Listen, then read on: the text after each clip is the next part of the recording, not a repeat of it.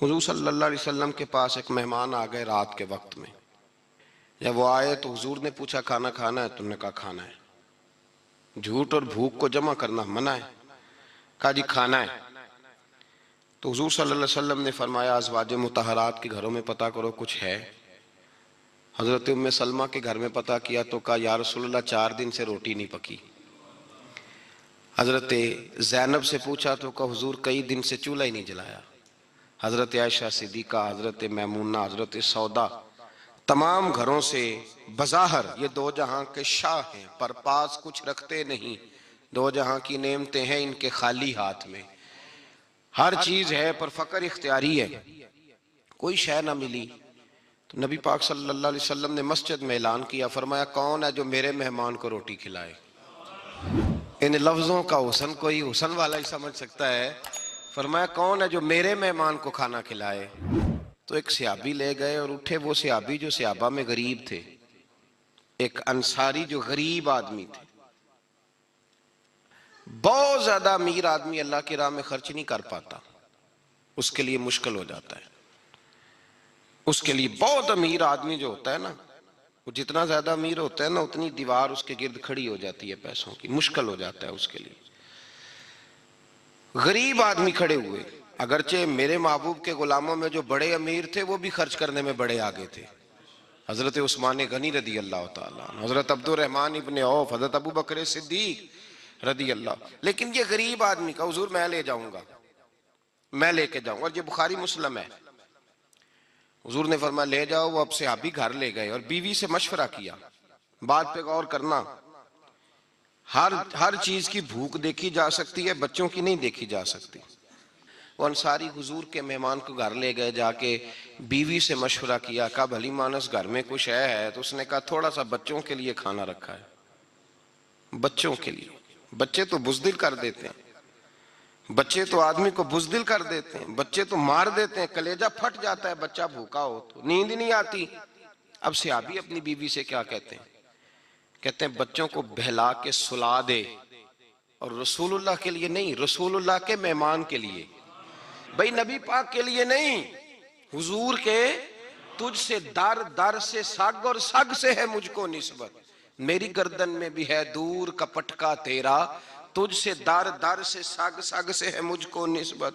لمبی بات ہے. کہ بچوں کو سلا دو. بی بی نے بچوں کو سلا دیا تو میاں بیوی کا مشورہ ہوا کہ مہمان کے ساتھ بیٹھ کے روٹی کھانا بھی سنت ہے. تو اب مہمان کے ساتھ بیٹھ کے کھانا بھی ہے تو کھانا ہے 1-2 آدمی کا.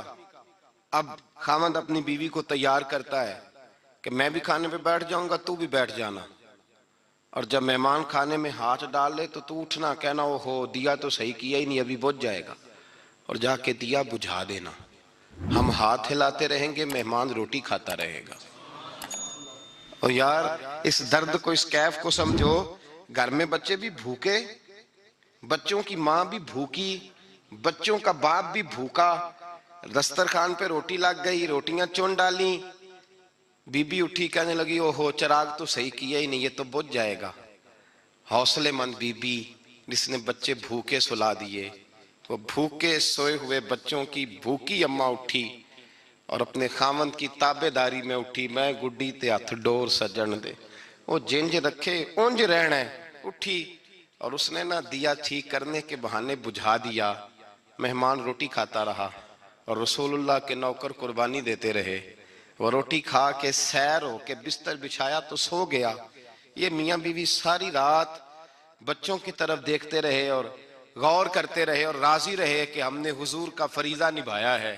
قربان جاؤں محبوب پہ، بے خبر ہو جو غلاموں سے وہ آقا کیا ہے. وہ صحابہ وہ اگر قربانیاں دیتے تھے تو جو اعزاز ملتا تھا وہ بھی بڑا شان والا ہے. صحابی کہتے ہیں میں فجر کی نماز پڑھنے مسجد آیا، پہلا قدم رکھا تو میرے کریم بولے. حضور نے فرمایا رات جو تو نے اور تیری بیوی نے عمل کیا ہے خدا کو بھی بڑا پسند آیا ہے، محمد مصطفیٰ کو بھی بڑا پسند آیا. اور پھر ایک لفظ اور ہے حدیث میں، ایک روایت میں کچھ جملے اور بھی ہیں. حضور نے فرمایا جب تو اور تیری بیوی رات مہمان کے ساتھ احسار کر رہے تھے نا تو عرش کا مالک تمہیں مسکرا مسکرا کے دیکھ رہا تھا. رب تمہیں دیکھ کے مسکرا رہا تھا، رب تمہیں دیکھ کے مسکرا، تر دامنی پہ شیخ ہماری نہ جائیے، ہم دامن نچوڑ دیں تو فرشتے وضو کریں۔ فرمایا وہ مسکرا رہا تھا کہ میرے بندے میرے رسول کی رضا کے لیے کیا کر رہے ہیں۔ اور صاحب دیکھو، نبی پاک کے لیے نہیں، خاندان کے لیے نہیں، خاندان نبوت کے لیے نہیں، حضور کے نہ سمجھیں یار، اس پہلو کو سمجھیں، نبی پاک کے بریلی کے امام بول پڑے، فرمانے لگے تجھ سے در، در سے سگ، سگ سے ہے مجھ کو نسبت، تجھ سے در، در سے سگ کتے کو کہتے ہیں فارسی میں۔ فرماتے ہیں محبوب تیرا دروازہ اور دروازے پہ کتا، اور کتے کے پاس میں بیٹھا ہوں، چلو کتے کے پاس تو بیٹھا ہوں نا، میری گردن میں بھی کوئی تو پٹکا آیا ہی ہے نا، تجھ سے در، در سے سگ، اور سگ سے ہے مجھ کو نسبت، چلو میری گردن میں بھی ہے دور کا پٹکا تیرا۔ قرآن مجید بول اٹھا، رب کریم نے فرمایا حبیب یہ تیرے غلام وہ ہیں کہ وَيُقْسِرُونَ عَلَىٰ أَنفُسِهِمْ وَلَوْ كَانَ بِهِمْ خَصَاصَةٌ، فرمایا ان کا حال یہ ہے کہ جس چیز کی شدید حاجت ہوتی ہے وہ بھی اپنے بھائیوں پہ قربان کر دیتے ہیں، وہ دے دیتے ہیں تیرے نام پہ۔ جب مکے والے مدینے آئے انصار مدینہ تو میرے مصطفیٰ کریم نے فرمایا نہ تمہاری نسلیں ایک ہیں نہ قبیلے ایک ہیں، لیکن تمہارا نبی ایک ہے، تمہارا رسول ایک، خدا ایک، کتاب ایک، تمہارا میری وجہ سے رشتہ ہے، چلو اپنے بھائیوں کے ساتھ احسار کرو، چلو احسار کرو۔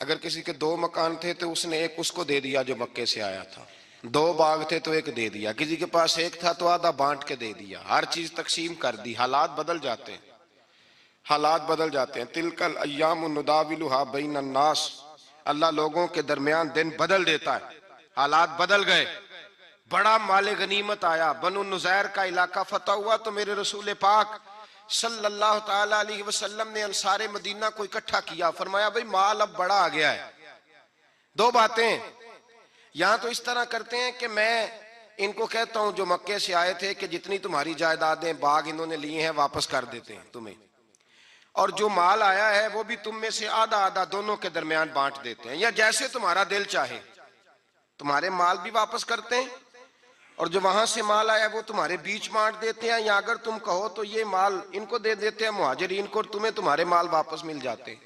حضور نے پوچھا انصار مدینہ سے، حضرت سعد بن معاذ، سعد بن عبادہ تڑپ کے کھڑے ہوئے، عرض کی محبوبہ میں تو ابو بکر کو جانتا ہی نہیں تھا، حضور مجھے کیا پتا عمر کون ہے، میں کیا جانوں عثمان غنی مولا علی کی عظمتوں کو، محبوبہ میں نے تو تجھے ان کی طرف مسکرا کے دیکھتے ہوئے دیکھا ہے، تیرا جلوہ دیکھا ہے، تجھ سے در در سے سگ سگ سے ہے مجھ کو نسبت، یا رسول اللہ صلی اللہ علیہ وسلم ہم سے مشورہ نہ کریں، آپ اس طرح کریں جو جائیدادیں ہم نے انہیں دی ہیں وہ بھی ان کے پاس رہنے دیں اور جو مال آیا ہے وہ بھی ان میں تقسیم کر دیں، اس لیے کہ ہمیں تو بس اتنا پتا ہے کہ یہ آپ کے غلام ہیں، آپ کے نوکر ہیں، ہمیں اس سے زیادہ کسی چیز کے کوئی غرض، بس آپ کے غلام ہیں، بات ختم ہو گئی۔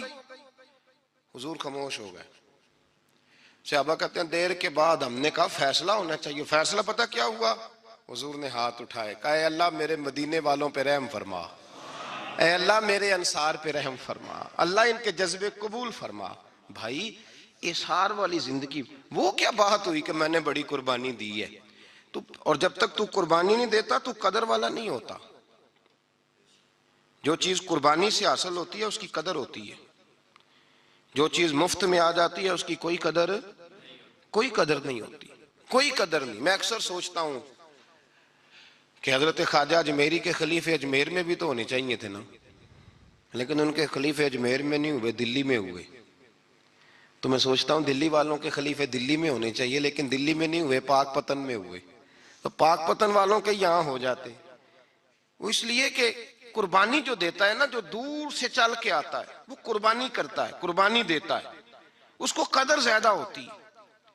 ہم نے کسی شے کے لیے کبھی قربانی نہیں دی، نہ دین کے لیے، نہ قرآن کے لیے، نہ مسجد کے لیے، نہ شیخ کے لیے، نہ طریقت کے لیے، قربانی تو ہے ہی نہیں، تو جو شے مفت ملتی ہے اس کا نہ مزہ آتا ہے نہ قدر ہوتی ہے، جو چیز قربانی کر کے لیتے ہو نا، قربانی کر کے اس کی قدر ہوتی ہے۔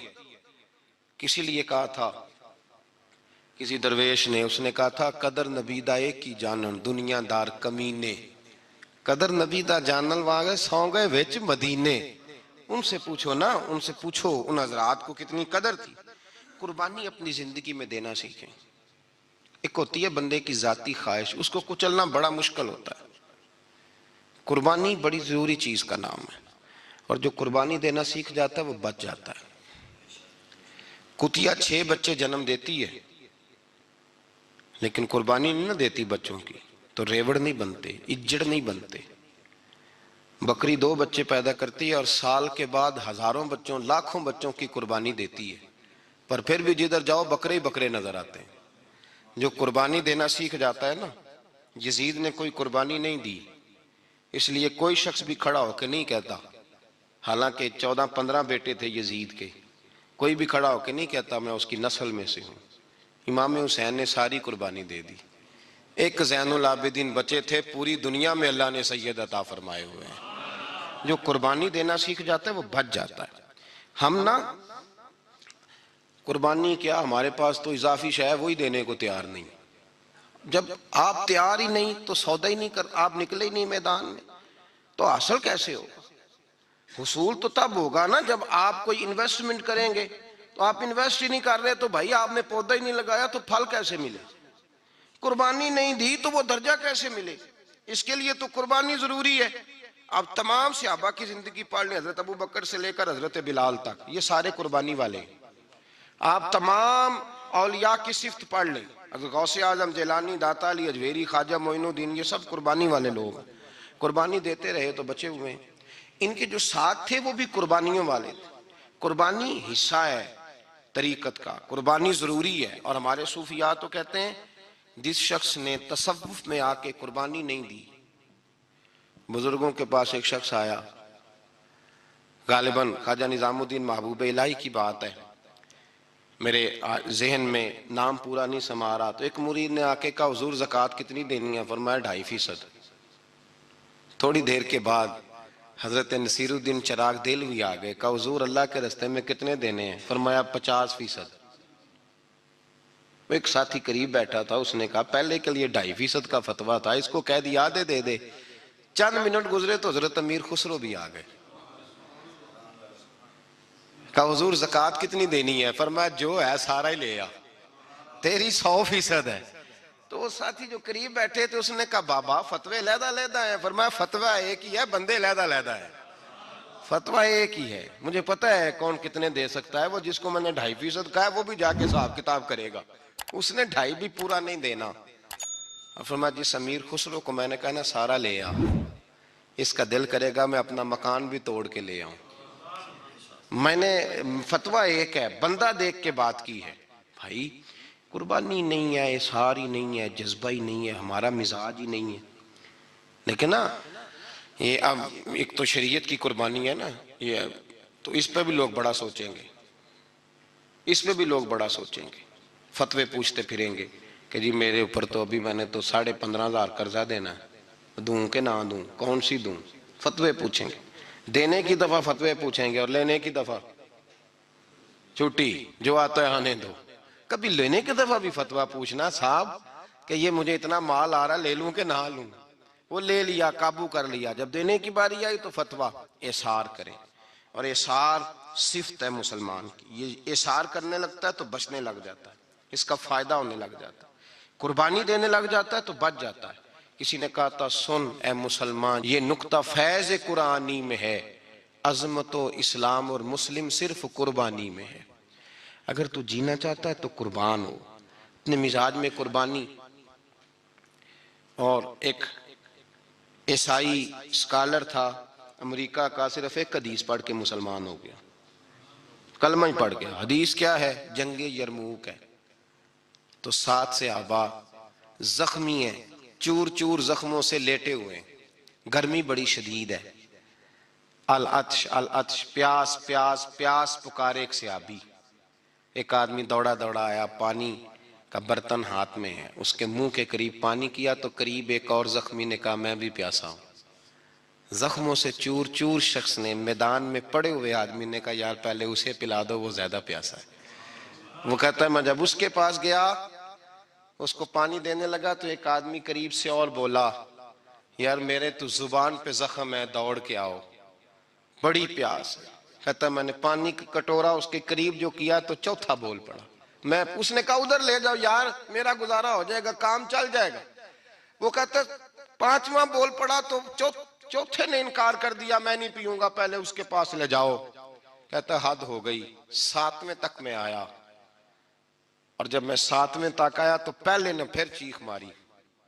تو فرماتے ہیں وہ ساتواں کہنے لگا نہیں ادھر لے جا یار، اس کو پیاس زیادہ لگی ہوئی ہے۔ کہتے ہیں جب میں اس تک گیا تو وہ جام شہادت نوش کر چکا تھا۔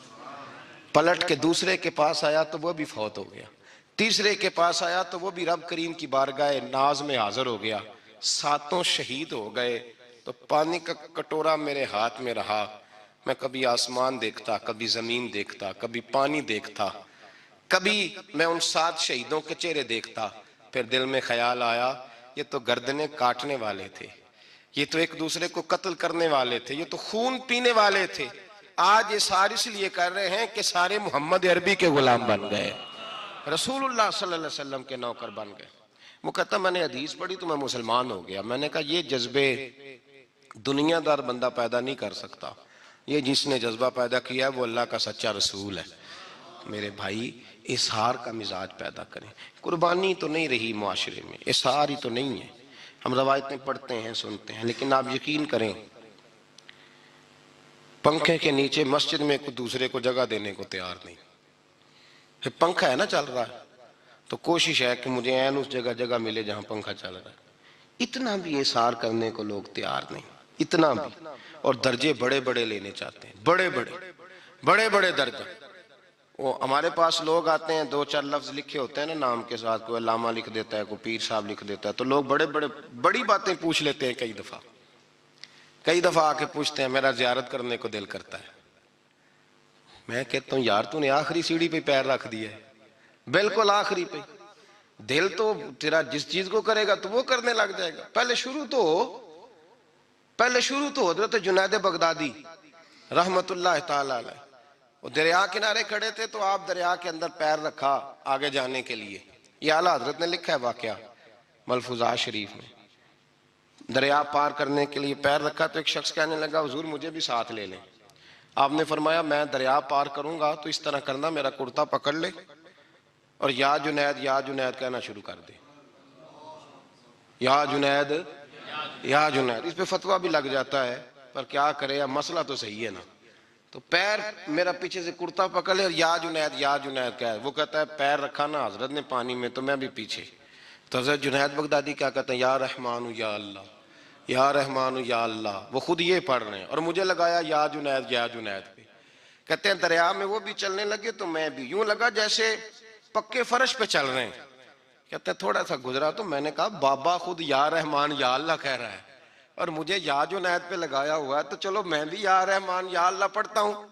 کہتے ہیں میں نے یا رحمان یا اللہ کہا تو میں ڈوبنے لگ گیا، دریا میں ڈوبنے لگا۔ تو حضرت فرمانے لگے تجھے کہا نا یا جنید کہہ۔ کہتے پھر یا جنید کا تو پھر اوپر آ گیا۔ تھوڑا اور جا کے اب شیطان باز تو آتا نہیں، الذی یوسوس فی صدور الناس، یہ جاتا تو دل تک ہے نا، باز تو آتا نہیں۔ دن میں 36 دفعہ تو مشورہ دیتا ہے کہ سیدھی نماز پڑھو، یہ کس چکر میں لگ گئے، روز تو تقریر کرتا ہے۔ کہتا پھر دل میں وسوسہ آیا تو پھر میں نے جا کے کہا کہ یہ مجھے خود یا رحمان یا اللہ اور میں یا جنید۔ پھر میں نے کہا یا رحمان یا اللہ تو پھر ڈوبنے لگا۔ کہتے ہیں بابے نے پکڑ کے نکالا، کہا چپ کر کے یا جنید کہہ اگر پار جانا ہے تو، یا جنید کہہ۔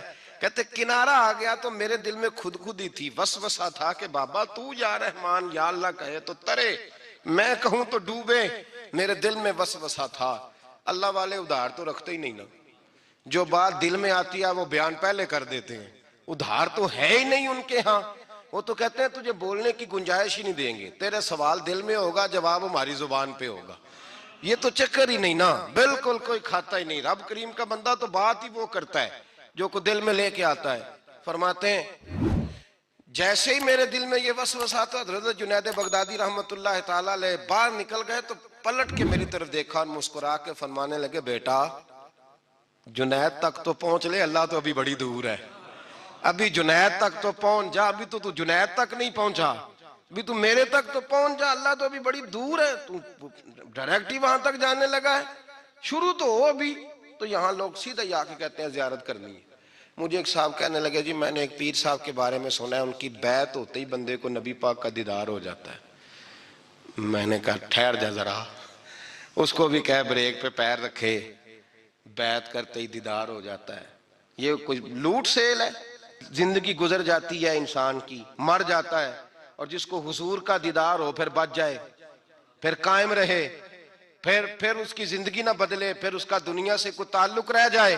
یہ پوچھ ابو بکر صدیق سے جنہیں دیدار ہوا تھا، جب دیدار ہوا تو یار رہا ہے، باقی کوئی شے بھی نہیں رہی، پھر محبوب رہے اور کچھ بھی نہیں بچتا۔ تو وہ کس طرح کا ہے جو دیدار بھی کراتا ہے اور پھر کہتا جاؤ دکان بھی کھول لو جا کے؟ یہ کیسی بات ہے؟ وہ ایک منزل ہے، وہ اپنی جگہ پہ آ کے آتی ہے، اور یہی بہتر ہے کہ پردوں میں وہ پردہ پوش رہے۔ وہ اگر پردے اٹھا دے تو کسے ہوش رہے؟ پھر مشکل ہو جاتا ہے معاملہ، مشکل ہو جاتا ہے۔ تو بھائی یاد رکھیں، قربانی دینا سیکھیں، اثار کرنا سیکھیں، اور صفر سے شروع کریں۔ زندگی میں ہم لینے کے چکر میں پڑ جاتے ہیں تو نقصان اٹھاتے ہیں۔ عقل کے گھوڑے کم دوڑائیں، محبت کے ساتھ عمل زیادہ کریں، دماغ کا استعمال کم کریں اور عمل زیادہ کریں، زیادہ عمل کریں، ورنہ شیطان تو نماز بھی نہیں پڑھنے دے گا۔ وہ تو کہے گا کہ جناب چلو ٹھیک ہے اللہ نے معاف ہی کر دینا ہے نا، وہ تو کچھ بھی نہیں کرنے دے گا۔ دماغ کا استعمال کم کریں اور عمل زیادہ کریں، جد و جہد زیادہ کریں، اظہار کریں، قربانی کریں اپنی زندگی میں، کریں کسی کے لیے کچھ، اظہار کریں، کسی کو کچھ دیں۔ یہ جو ہم اولاد کے لیے قربانی دیتے ہیں نا، تو یہ قربانی نہیں ہوتی، یہ لالچ ہوتا ہے، یہ سودا ہے۔ پتہ ہے آپ کو یہ سودا ہے؟ ہم بچپن میں ان کی خدمت کریں گے، یہ بڑھاپے میں ہماری خدمت کریں گے، تو یہ تو تجارت ہے، یہ کوئی اصول نہیں۔ میرے بچے بڑے ہو گئے تو مجھے خیر صلی اللہ، یہ تجارت ہے بھائی، یہ تجارت ہے، یہ قربانی نہیں، تو تجارت ہے۔ یہ آپ جو کر رہے ہیں یہ تو کمیٹی ڈال رہے ہیں آپ، اور چونکہ نیت یہ ہوتی ہے خدمت کی، تو پھر نصیب والوں کو خدمت ملتی ہے، قسمت والوں کو ملتی ہے، ورنہ بچے کہتے ہیں ابا جی ٹھیک ہے آپ نے ہماری خدمت کی تو سارے کرتے ہیں، آپ نے کوئی نوکی تھوڑی کی ہے، چھٹی آپ وہاں بیٹھیں، چائے ملے گی وقت پہ پہنچے گی، لیکن آپ مداخلت نہ کریں کسی چیز کے اندر، تجارت نہ کریں، اظہار کریں، قربانی کریں۔ ہمارے صوفیاء یہ کہتے ہیں اولاد سے بھی توقع نہ کرو خدمت کی، نہ توقع کرو، بس یہ کہو کہ میرا رب مجھے بڑھاپے۔ دیکھیں نا نبی پاک صلی اللہ علیہ وسلم نے دعا مانگی، اے اللہ ارذل العمر ہونے سے بچا، عمر کے اس حصے سے بچا جس میں دوسروں پر انسان بوجھ بن جاتا ہے، دعا مانگ۔ تو یہ لالچ بھی نہ کبھی زندگی میں رکھیں کہ میری فلاں آدمی خدمت کرے گا، یہ لالچ بھی برا ہے، اس پر بھی توجہ نہ کریں۔ اپنی دنیا آپ پیدا کر اگر زندوں میں ہے، سر آدم ہے، ضمیر کن فکاں ہے زندگی، یاد رکھیں۔ ہوش آنے سے لے کر اپنا یہ ذہن بنا لیں کہ میں آج سے اپنے آپ کو خود چلاؤں گا، میں سایہ دوں گا، بھکاری مان کے کبھی کسی سے سہارا مانگوں گا نہیں، سہارا دیں، کسی کے لیے قربانی دیں، اظہار کریں، جد و جہد کریں۔ جو چیز آپ کے بس میں ہے وہ تو ہے، جو بس میں نہیں اس میں بھی کوشش کرنے کی آپ کوشش کریں، تگ و دو کریں۔ قربانی سے انسان سنور جاتا ہے، بن جاتا ہے۔ پیسوں کا بندہ بن گیا ہے، مل جائے تو خوش ہوتا ہے، نہ ملے تو تکلیف میں آ جاتا ہے، یہ غافل بندے کی علامت۔ مومن تو وہ ہوتا ہے کہ دولت رزق حلال ضرور کماتا ہے تاکہ کسی کے آگے ہاتھ نہ پھیلانا پڑے، کوشش ضرور کرتا ہے، پر دنیا کو جیب میں جگہ دیتا ہے، دل میں نہیں دیتا۔ اس کی جگہ جہاں ہے اسے وہاں رکھتا ہے، اسے دل میں جگہ، دل تو ایک ہے، اس میں رب رسول کو بسائیں گے یا کسی اور کو بسائیں گے؟ تو حب دنیا یہ غافل ہونے کی بہت بڑی علامت ہے۔ پھر اسی طرح جو بندہ رب کریم کو جانتا نہیں نا، وہ بھی غافل ہو جاتا ہے۔ ایک تو جو یہ نہیں نہ جانتا کہ رب کریم سزا دے گا، وہ مجھے دیکھ رہا ہے، اسے نہ اونگ آتی ہے نہ نیند آتی ہے، جو اس کی معرفت نہیں رکھتا کہ میرا رب ہر وقت مجھے دیکھ رہا ہے، وہ بھی غافل ہو جاتا ہے۔ جسے پتہ ہونا کہ مجھے دیکھ رہا ہے وہ غافل نہیں ہوتا۔ اور جو یہ سمجھ لیتا ہے نا کہ شاید معاذ اللہ ثم، اس یقین کو پکا نہیں کرتا، وہ غافل ہو جاتا ہے۔ اور ایک جو یہ نہیں نہ جانتا کہ رب مہربان کتنا ہے، وہ بھی غافل ہو جاتا ہے۔ مجھے بتائیے سب سے زیادہ تو بندہ اس کے دروازے پہ جاتا ہے نا جو سب سے زیادہ مہربانی کرنے والا ہو، اس دروازے سے بندہ اٹھتا ہی نہیں۔ تو جس کو یہ یقین ہو جائے نا سب سے زیادہ کرم فرمانے والی ذات اللہ رسول کی ہے، وہ کبھی رب رسول سے غافل نہیں ہوتا، وہ کبھی اللہ رسول کا دروازہ چھوڑ کے نہیں جاتا، وہ کبھی کسی اور جگہ جا کے پناہ تلاش نہیں کرتا۔ جسے پتہ چل جائے نا وہ کریم کتنا ہے، مہربان کتنا ہے۔ ملا رومی رحمت اللہ علیہ فرماتے ہیں بہت بڑا مجرم تھا ایک بندہ، بہت بڑا گناہگار تھا، بت کو پوجتا تھا، تھک گیا، ساری رات بت کے سامنے کھڑا تھا، معاذ اللہ یا صنم یا صنم یا صنم کہتے، تھک گیا، نیند آ گئی، اونگ آ گئی۔ جب پوری طرح نیند آ گئی اور دماغ پہ نیند قبضہ کرنے لگی تو اس کے منہ سے نکل گیا، صنم صنم کہہ رہا تھا نا، نکل گیا یا صمد، او بے نیاز مالک۔ رب کریم نے فرشتوں سے فرمایا دوڑ کے جاؤ، جو کہتا ہے اسے دے دو۔ فرشتے کہنے لگے مالک وہ تو بت کو پکار رہا تھا، اس نے تو غلطی سے نام لیا ہے۔ فرمایا مجھے نہیں پتا، لیکن دیکھو نا اس نے مجھے پکارا تو ہے نا، کتنی دیر سے جھوٹے کو پکار رہا تھا، اس کا معاملہ حل نہیں ہوا، اب اگر سچے کو پکارنے پہ بھی حل نہ ہوا تو فرق کیا رہ جائے گا؟ دے دو جو مانگتا ہے، دے دو۔ میرے دوست گر پتہ چل جائے وہ کریم کتنا ہے، وہ مہربان کتنا ہے۔ میرے رسول پاک علیہ الصلوۃ والسلام نے تو فرمایا تیری آنکھ سے اگر اس کے خوف سے اتنا آنسو بھی نکل گیا جتنا مچھر کا پر ہوتا ہے، تو جس طرح بھینس کے تھنوں سے نکلا ہوا دودھ واپس تھنوں میں نہیں نہ جاتا، جو اتنا بھی روئے نہ روئے اللہ کے خوف سے، وہ بندہ دوزخ میں نہیں جائے گا۔ تھوڑی دیر کے لیے ڈر جائے اپنے رب سے، آئے تو صحیح۔ عدم معرفت غفلت پیدا کرتی ہے، تو آ تو صحیح، وہ تو کریم ہی بڑا ہے، وہ تو مہربان ہی بڑا ہے۔ حضرت زنیرہ رضی اللہ تعالی عنہ حضور کی صحابیاں ہیں۔ ایام جو مکے کے تھے مسلمانوں پر بڑی آزمائش کے تھے، انہیں بڑا مارا کفار نے، اتنا مارا کہ ان کی بینائی چلی گئی، نظر آنا بند ہو گیا۔ کافروں کی عورتوں نے تانا دیا کہ تو نے ہمارے بت چھوڑے ہیں نا، تو دیکھنا تیری بینائی چلی گئی۔ تو جناب زنیرہ اللہ پہ بھروسہ، توکل، معرفت الہی کا جذبہ، اٹھ کے کھڑی ہو کہنے لگی چپ کرو، تمہارے جھوٹے بت کیا کر سکتے ہیں، میرا رب چاہے تو صبح جب میں اٹھوں تو میری آنکھیں روشن ہوں، اگر کریم کرم کر دے۔ لوگ کہتے ہیں واقعی ایسا ہوا، جب وہ سویرے اٹھیں تو اللہ نے ان کی روشنی واپس کر دی تھی۔ تجھے پتہ چل جانا وہ مہربان کتنا ہے۔ وہ ایک بزرگ تھے تو ان سے کسی نے کہہ دیا کہ اگر آپ کا حساب آپ کے ماں باپ کے ذمہ ہو جائے تو پھر کیسا، پوچھنے کے لیے قیامت میں اگر ماں باپ حساب لیں تو پھر کیسا۔ تو بڑے سیانے لوگ تھے جو دل والے تھے، کہنے لگے نہیں، رب کریم ہی ٹھیک ہے، اس لیے کہ وہ ماں باپ سے کہیں بڑھ کر پیار کرنے والا ہے۔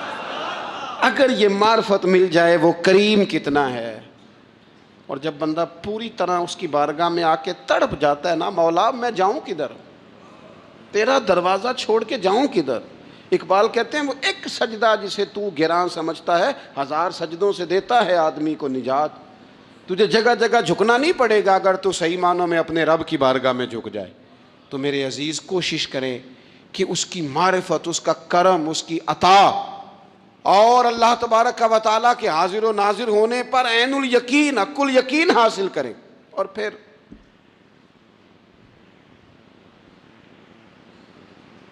آٹھویں بات یہ ہے کہ غافل لوگوں کی صحبت بھی بندے کو غافل کر دیتی ہے۔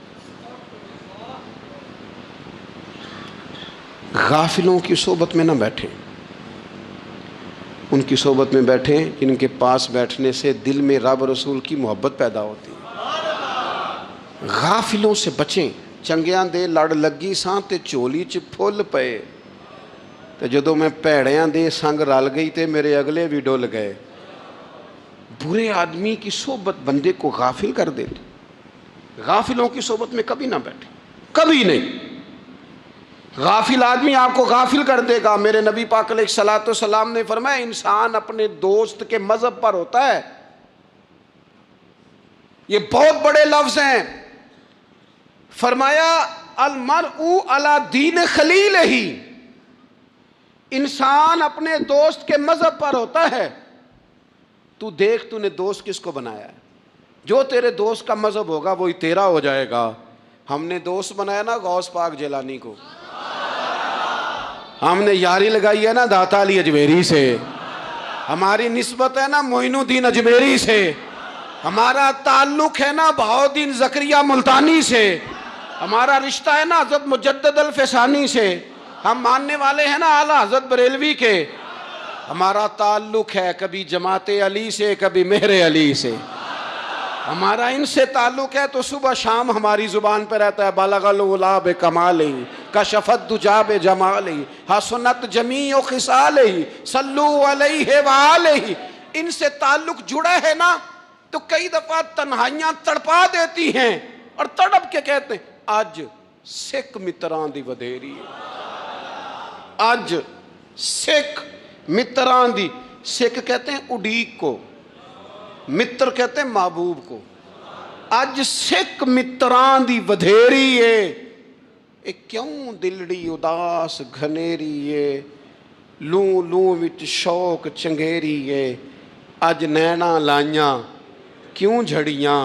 سبحان اللہ سبحان اللہ سبحان اللہ. پہلے کہتے ہیں سکھ متران دی ودھیری ہے یعنی اداس ہوں, پھر حضور کے جلووں پہ نظر کرتے ہیں, کہتے ہیں سبحان اللہ سبحان اللہ.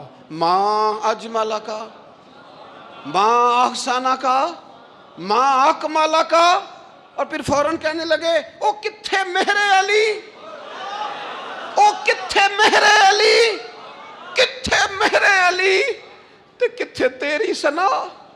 اب دیکھو مشتاق اکھیں کتھے جاڑیاں بلغ العلا بکمال کشفت دجا بے.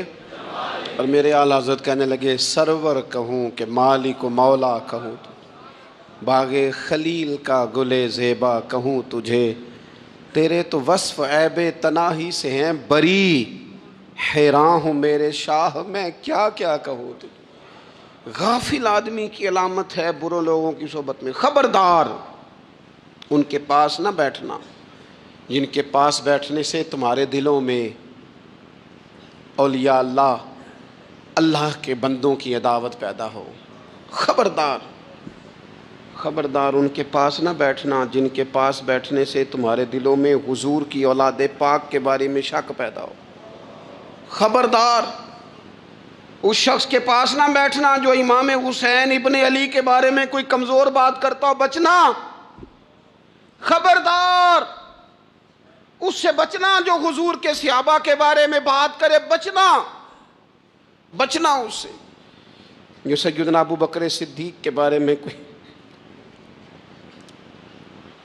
دیکھو کیا مقدر ہیں صدیق و فاروق کے, جن کے گھر ہی رحمتوں کے خزینے میں.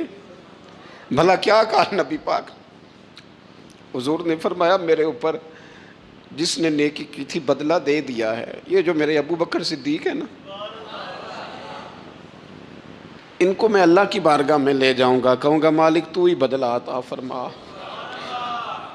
ایک ہاتھ میں جناب صدیق کا ہاتھ پکڑا, ایک میں حضرت عمر کا ہاتھ پکڑا, اور حضور مسجد نبوی سے باہر آ رہے ہیں. دیکھنے والے کی زبان سے بے ساختہ سبحان اللہ نکل گیا.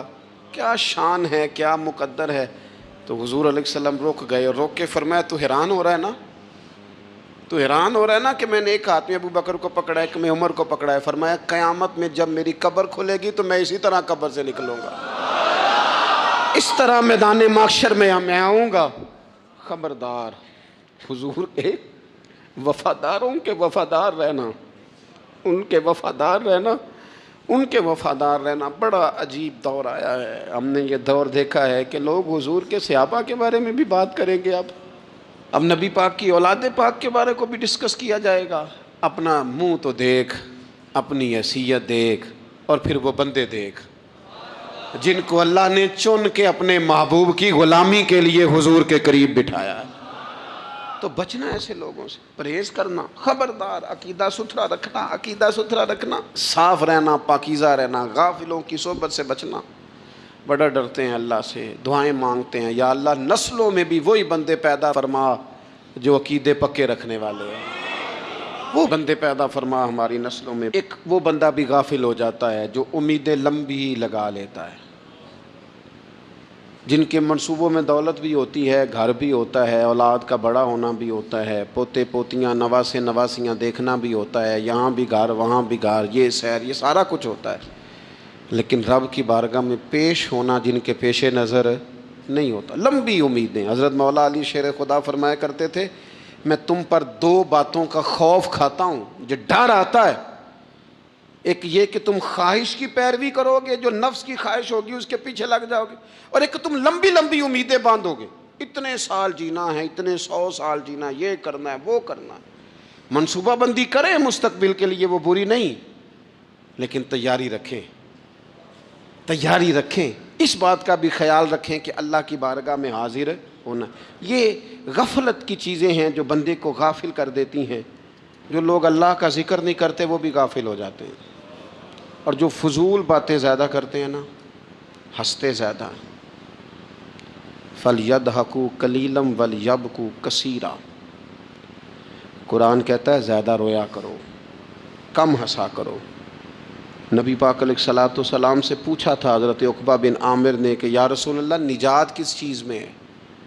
تو نبی پاک علیہ الصلوۃ والسلام نے فرمایا ایک تو اپنی زبان قابو میں رکھو، دوسرا فرمایا اپنے گھر میں ٹھہرے رہو، تمہارا گھر تمہارے لیے کافی ہو، فضول نہ نکلو گھر سے، اور تیسرا فرمایا اپنی خطاؤں پہ رویا کرو۔ کثرت کلام اور فضول کلام اور بلا وجہ یہ بندے کو غافل کرتا ہے، دل کو سخت کرتا ہے۔ یہ چند چیزیں ہیں جو انسان کو غفلت میں ڈالتی ہیں۔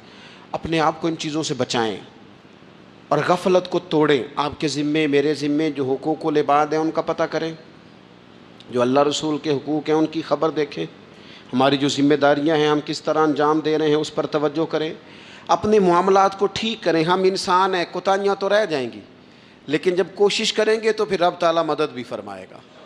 ایک بات اور کرنی ہے، ایک تو میں نے عرض کیا غفلت کو توڑنا، ایک دوسری بات قرآن مجید کا ایک سبق اور، جب غفلت توڑنی ہے تو پھر لازمی طور پر ایک کام کرنا پڑے گا۔ میں نے یہ عرض کیا تھا کہ پلاننگ نہیں کرنی، فیصلہ کرنا ہے، تو فیصلہ کرنا ہے تو کرنا کیا ہے؟ پھر قرآن حکیم نے سورہ بقرہ میں کہا فاستبقوا الخیرات، یعنی تم نیکیوں کی طرف دوڑو، جلدی جلدی نیکیاں کرو، فٹافٹ، دیر نہ کرو۔ فٹافٹ سے مراد یہ نہیں کہ نیکی جلدی جلدی کر جاؤ، یعنی ٹال مٹول نہ کرو خیر کے کام میں، کل کریں گے، پرسوں کریں گے، عمرہ کر رہے ہیں پھر نیکی ہیں، حج کر رہے ہیں پھر نیکی ہیں، بچے بیال ہوں پھر میں نیک ہوں، یہ تھوڑا سا یہ کام ٹال مٹ، فاستبقوا الخیرات، نیکیوں کی طرف دوڑو، جلدی کرو، بھاگو۔ نبی پاک صلی اللہ تعالیٰ علیہ وسلم نے فرمایا 5 چیزوں کو 5 چیزوں سے پہلے غنیمت جانو۔ حضور علیہ الصلوۃ والسلام فرمانے لگے ایک تو تم جوانی کو نہ بڑھاپا آنے سے پہلے پہلے غنیمت سمجھ لو۔ نبی کریم صلی اللہ تعالیٰ علیہ وآلہ وسلم ارشاد فرمانے لگے کہ اپنی صحت کو غنیمت جان لو بیماری آنے سے پہلے پہلے۔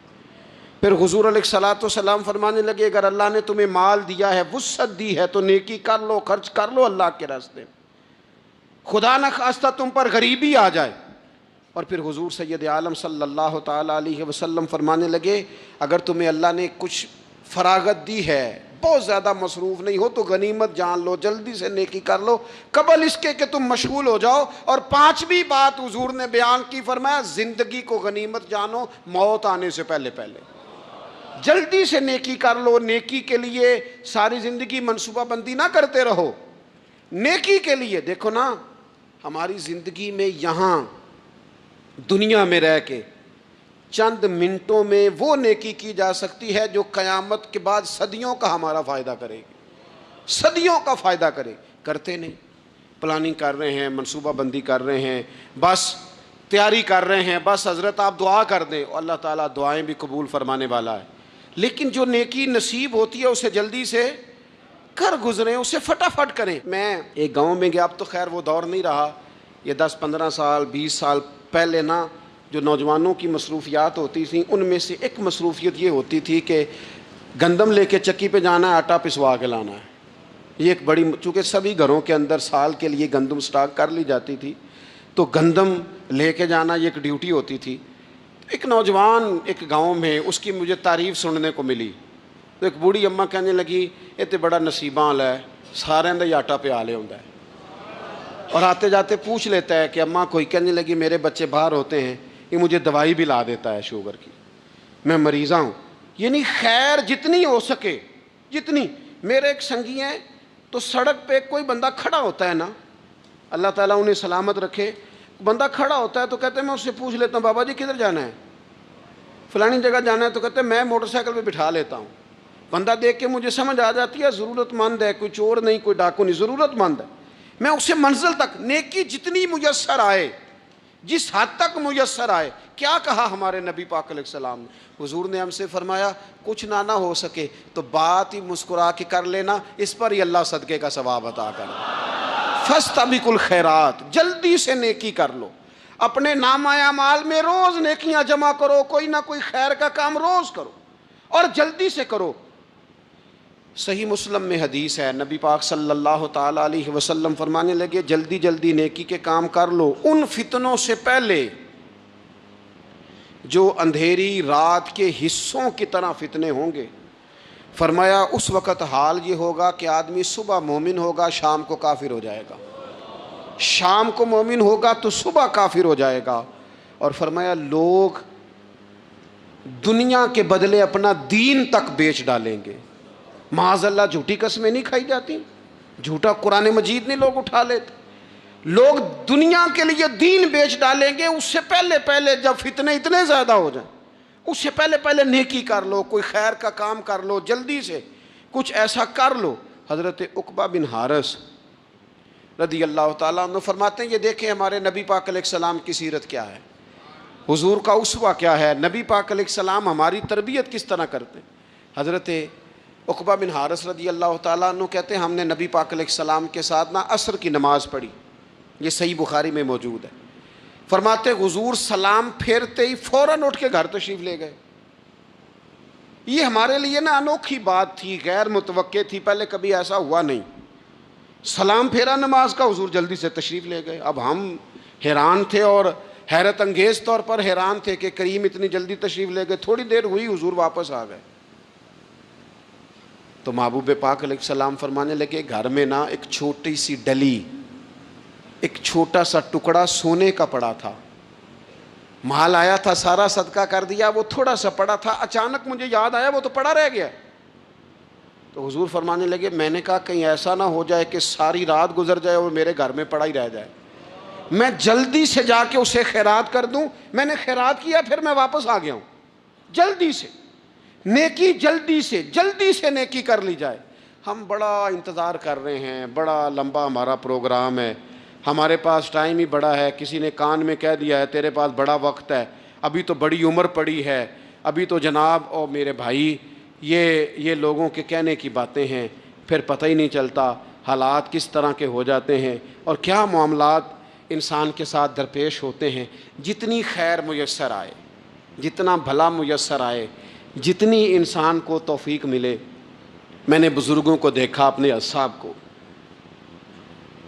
پہلے وہ خدام سے کہتے کہ میں سونے لگا ہوں اور پابند کرتے لوگوں کو کہ فلاں وقت، بزرگوں کو میں نے دیکھا اپنے، وہ پابند کرتے لوگوں کو کہ فلاں وقت میں موجود ہوں گا آنا، خود پابند فرماتے. اور پھر جب بیدار ہوتے تو سب سے پہلے خدام کو بلا کے پوچھتے کوئی مہمان تو نہیں آیا. اور جناب آپ نے خود ہی تو پابند فرمایا فلاں دن آنا. کہنے لگے چل یار اگر کوئی آیا تو مجھے ملا لو، میری ملاقات کرا لو. کیوں؟ اس لیے کہ دور سے آیا ہے، مجھ سے ملنے آیا ہے، کوئی خیر کی بات سیکھنے آیا. چلو میرے نامہ اعمال میں کوئی نیکی جائے گی، کچھ نہ کچھ خیر جمع کر لی جائے، کچھ نہ کچھ ڈیوٹی کر لی جائے، کچھ کام کریں اور جلدی سے کریں. حضرت جابر ابن عبداللہ انصاری رضی اللہ تعالیٰ عنہ بیان کرتے ہیں، یہ بھی بخاری میں موجود ہے. کہتے ہیں ایک صحابی نبی پاک علیہ السلام کی بارگاہ میں حاضر ہوئے غزوہ احد کے موقع پر، اور حال ان کا یہ تھا کہ وہ کھجور کھا رہے تھے اور کھجور انہوں نے منہ میں رکھی ہوئی تھی. حضور کی بارگاہ میں حاضر ہوئے اور عرض کرنے لگے یا رسول اللہ صلی اللہ تعالیٰ علیہ وسلم اگر میں شہید کر دیا جاؤں تو کہاں جاؤں گا؟ حضور فرمانے لگے جنت میں. تو کہتے ہیں انہوں نے جو کھجور منہ کے اندر تھی نا وہ انہوں نے نگلی نہیں، اندر نہیں لے گئے، اس کو باہر نکالا اور دوڑ کے آگے بڑھے اور جنگ کرنی شروع کر دی اور لڑتے لڑتے شہید ہو گئے۔ کیا سبق دیا انہوں نے؟ سبق یہ دیا کہ نیکی کرنے میں اتنی دیر بھی نہیں کرنی جتنی کھجور کھانے میں دیر لگتی ہے۔ جلدی سے نیکی کرنی ہے، فٹافٹ نیکی کرنی، اس کے اندر ٹال مٹول نہیں کرنا۔ اسی وقت انہوں نے کھجور باہر نکال دی، دوڑ کے انہوں نے حضرت انس بن نضر رضی اللہ تعالیٰ عنہ، حضرت انس بن مالک رضی اللہ تعالیٰ عنہ کے چچا ہیں، میدان احد میں نا، احد پہاڑ کے قریب کھڑے تھے، لوگوں سے کہہ رہے تھے جلدی جلدی ادھر آؤ، وہ جنت جو انسان کو انتقال کے بعد نصیب ہوگی اور قیامت کے بعد نصیب ہوگی، فرماتے تھے مجھے تو ابھی احد پہاڑ کے اندر سے جنت کی خوشبو آ بھی رہی ہے، لہذا جلدی سے آؤ، ادھر دوڑو، جہاد کرو، آؤ کفار سے لڑیں۔ تو نیکی میں دیر نہیں کرنی، جو نیکی میسر آتی ہے، جس کو میسر، ماں باپ میسر ہیں تو خدمت کر لیں، اہل خانہ ہیں تو حسن سلوک کر لیں، اللہ نے اولاد دی ہے تو اچھی تربیت کر لیں، دوست ہیں تو خیر خواہی کر لیں، اگر آپ کو اللہ رمضان عطا کرتا ہے تو زیادہ سے زیادہ اس کی عبادت کر لیں، اگر نظر ٹھیک ہے تو تلاوت زیادہ سے زیادہ کر لیں، زبان چلتی ہے تو رج رج کے مدینے والے محبوب پہ درود و سلام پڑھ لیں، اللہ تعالیٰ کا ذکر کر لیں، جلدی سے خیر جمع کریں، اپنے وقت کو ضائع نہ کریں۔ یہ آج کا سبق ہے۔ ایک تو ہم نے فیصلہ کرنا ہے کہ بس غفلت نہیں، اب غفلت، اب انشاءاللہ اللہ اللہ کرنی ہے، اب کوئی خیر کا کام کرنا ہے۔ میرے حضرت کا ایک جملہ کبھی نہیں بھولنا، فرمایا کرتے تھے زمین کے اوپر کام، نیچے جا کے آرام۔ یہ چھوڑ دیں اتنے گھنٹے سونا ہے تو یہ کرنا ہے تو میری نیند میں دخل کوئی نہ ڈالے، پھر سوتے ہی رہ جائیں گے، سوتے ہی رہ جائیں۔ زمین کے اوپر کام اور نیچے جا کے جاگنا ہے، جاگ لے افلاک کے سائے تلے، پھر حشر تک سوتا رہے گا خاک کے سائے تلے۔ اب جاگ لے افلاک کے سائے کے نیچے، جاگ، کھول آنکھیں، ہر وقت کا سونا، ہر وقت سونا، ہر وقت جو اپنے آرام کی فکر کرنا، اس سے نکل آئیں اور اچھا کھانا اور اچھا پہننا اور بس اپنی مرضی کی زندگی من چاہی جینا، اس سے باہر آئیں، فیصلہ کریں، فیصلہ کہ اب غفلت نہیں کرنی۔ اگر اللہ نے کوئی صلاحیت دی ہے تو اسے دین کے کام پہ لگانا ہے، کوئی ڈیوٹی کرنی ہے، کوئی خدمت کرنی ہے۔ دیکھو خدمتیں ہو رہی ہیں، صدیق اکبر مال دے رہے ہیں، عثمان غنی مال دے رہے ہیں، مولا علی نے تلوار پکڑی ہے، میدان میں جا رہے ہیں، فاروق اعظم گلی گلی نگر نگر رسول اللہ کے دین کی پہرے داری کر رہے ہیں، حضرت جناب سیدنا سلمان فارسی ابو ذر غفاری حضور کی مسجد میں جھاڑو دے رہے ہیں، اور بلال حبشی وہ نبی پاک کی مسجد میں اذان پڑھتے پڑھتے رب نے اتنا عروج فرمایا کہ کعبے کی چھت پہ کھڑے ہو کے بھی اذان پڑھنی شروع کی، انہوں نے اذان دے دی۔ تو کوئی کام کرنا ہے، غفلت کو توڑنا ہے اور نیکی کرنی ہے، ذرا جلدی جلدی خیر کا کام کرنا ہے، نہیں ایسے نہیں، فٹافٹ۔ کیسے جی؟ فٹافٹ۔ تو فٹافٹ کام کریں خیر کا، جلدی جلدی۔ تو یہ خیر کا کام فٹافٹ، جلدی جلدی اور بڑی جلدی اور دوڑ دھوپ کے، اور جب آپ کرتے جائیں گے نا تو پھر اللہ تعالیٰ مواقع بناتا جائے گا۔ آپ سے میری اپیل ہے، بالخصوص میرے ساتھ جو وابستہ سنگی ہیں، جو پیار کرنے والے ہیں، دو باتیں آج آپ نے لے کے جانی ہیں گھر۔ یہی لنگر ہے، یہی آپ کے لیے دعا ہے، یہی ہمارے بزرگوں کا فیض ہے، یہی نصیحت ہے کہ آپ نے دو باتیں لے کے جانی ہیں۔ غفلت توڑ دینی ہے، فیصلہ کرنا ہے کہ آج کے بعد غافل نہیں ہونا، اور دوسری یہ بات لے کے جانی ہے کہ نیکی جلدی جلدی، فٹافٹ فیصلہ، فٹافٹ نیکی، ایک کر کے پھر انشاءاللہ دوسری کر کے پھر انشاءاللہ تیسری کر کے پھر انشاءاللہ چوتھی، یہ شروع کرنی ہے، اور آپ دیکھیں گے اللہ تعالیٰ مہربانی فرمائے گا۔ حاضری کا کہ تسلی کا پیام آئے گا، حاضری کا کہ تسلی کا پیام آئے گا، کوئی تو بس نامہ میرے نام آئے گا، کوئی تو بس بس نامہ میرے نام آئے گا سوکھ دیدار کو توفیق تو حاصل ہے مگر سوکھ دیدار کو توفیق تو حاصل ہے مگر آپ کا حکم بھی ہوگا تو غلام آئے گا یہی حسرت یہی مایوس یہی رخت سفر میرا گریا ہی میرے واسطے کام آئے گا